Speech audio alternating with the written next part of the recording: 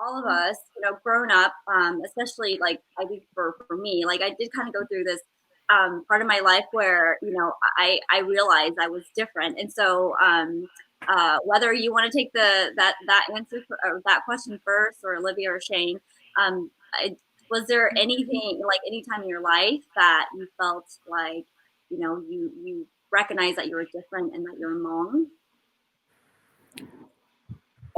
Yeah, I think it's interesting because I felt like I don't remember an exact moment when I was like, wow, I'm different because I'm Hmong.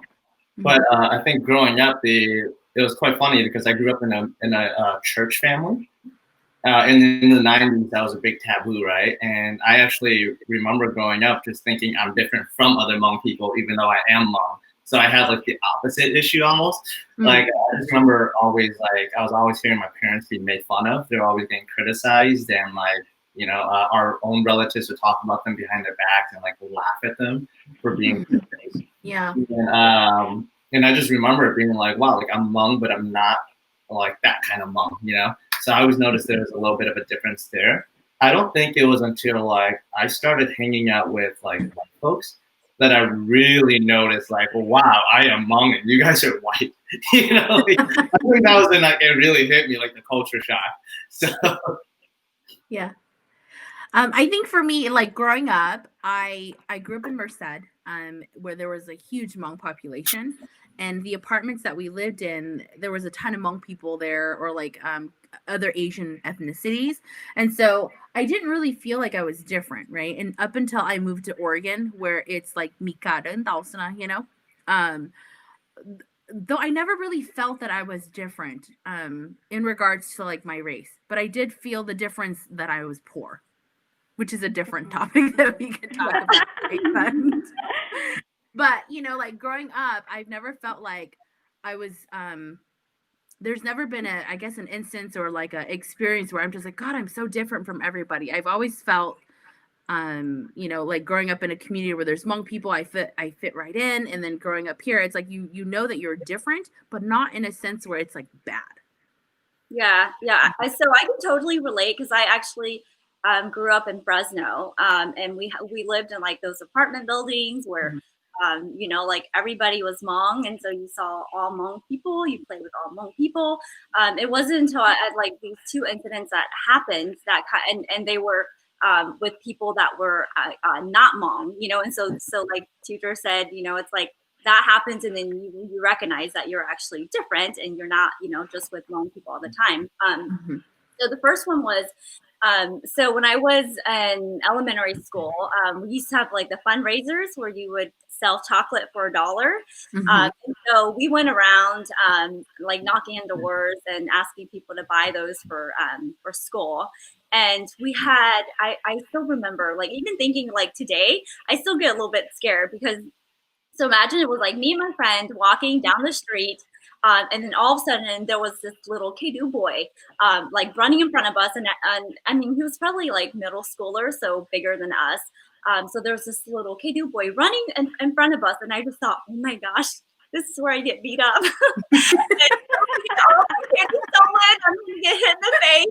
And I just remember being so scared. But then there were these Gada or adults that showed up and had those boys apologize to us. And I just remember being so scared. But that happened, and then we had something else that happened. So um, uh, we had family that also lived in a different apartment building, and so they had probably like at one name or something where there was a lot of Hmong people that came over and ate.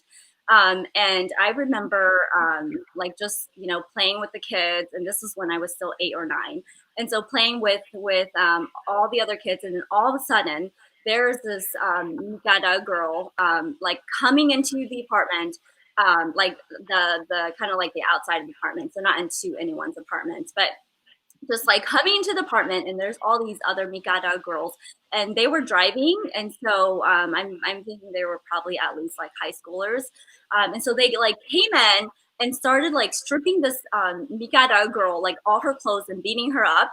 And I just remember like I mean, there were like Hmong adults there standing, like just watching. And I just remember thinking like, oh my gosh, like this girl's getting like, I mean, she was completely naked by the end of that the other Oh girls my were done God. with her. Is And she Hmong, the one that got beat up? what was Mika. that? No, Oh, no, it was Mika. yeah, Oh, yeah, they're okay. both in fat. And I just remember feeling like I can't believe that. And then of course the other girls like drove away, and so some of the adults gave her some clothes to put on because she was naked. And I just remember feeling like I think like the contrast between those two stories of like here are these Mika adults that are able to discipline, you know, like some other kids, and then there's like small adults that are so scared of like maybe getting, you know, like people coming back and, you know, doing bad things to them. But I just remember feeling like I can't believe that we were so scared of you know, kids, right? Essentially high schoolers are kids. And that made a really big impact on me of like just the fact that I felt like, you know, as a Hmong people, like as Hmong people, we're afraid, and I think for good reasons, right? We're in someone else's country, probably can't speak the language very well, poor, and so, but that was probably the first time that I recognized that, you know, there is a difference between being Hmong and a person that, you know, born and raised and don't look like me here. Yeah. Wow. So for me, my earliest memory of being different was when I was in third grade. I just remember that every week all the Hmong students would get pulled out of class for ESL just and have a Hmong teacher assistant kind of just review the materials with us to make sure that we understood what was being taught in class. And I just remember always wondering, like in the back of my head, you know, why is it that it's just the Hmong students that are being pulled out? And so that was my earliest memory of realizing that we were different.